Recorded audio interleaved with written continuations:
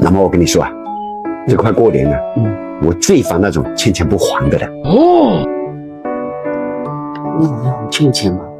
哎，你不说我都忘了，我可没那个意思啊。我欠多少来着250。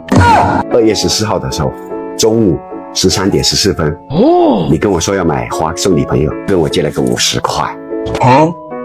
520的时候，我们在一起散步的时候5点20分，你又跟我说要买花，又跟我借了个50块。